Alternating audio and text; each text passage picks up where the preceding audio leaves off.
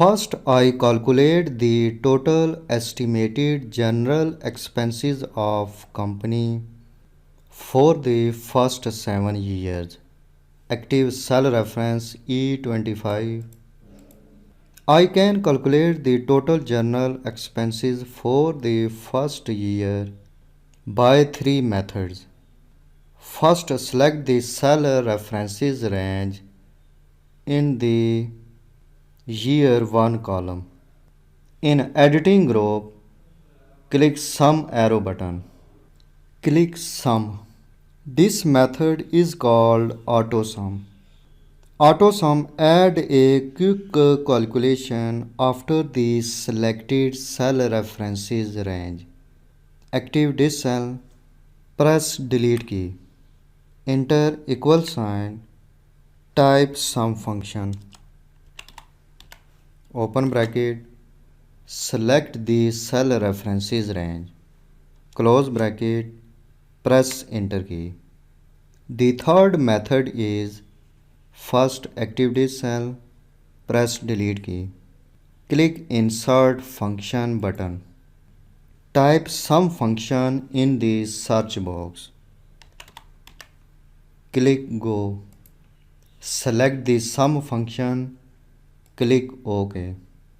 In function arguments dialog box, number 1 group, select the cell references range.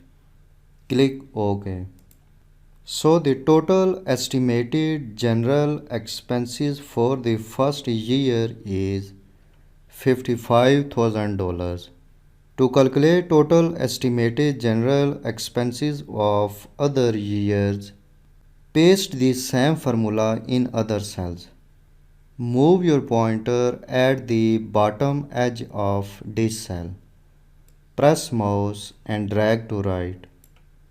So the total estimated general expenses rise in year 1 $55,000 to $89,661 in the year 7.